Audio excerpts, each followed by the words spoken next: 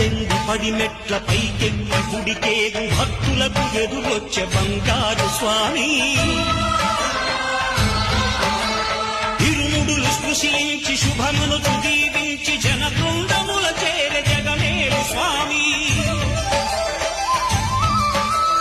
తన భక్తులనరించు తప్పులకు తడబడి ఒక పక్క ఒరిగెన ఓంకారమూర్తి.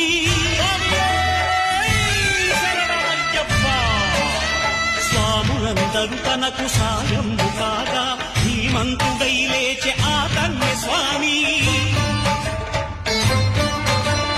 పట్టబంధము వీడి భక్తతతికై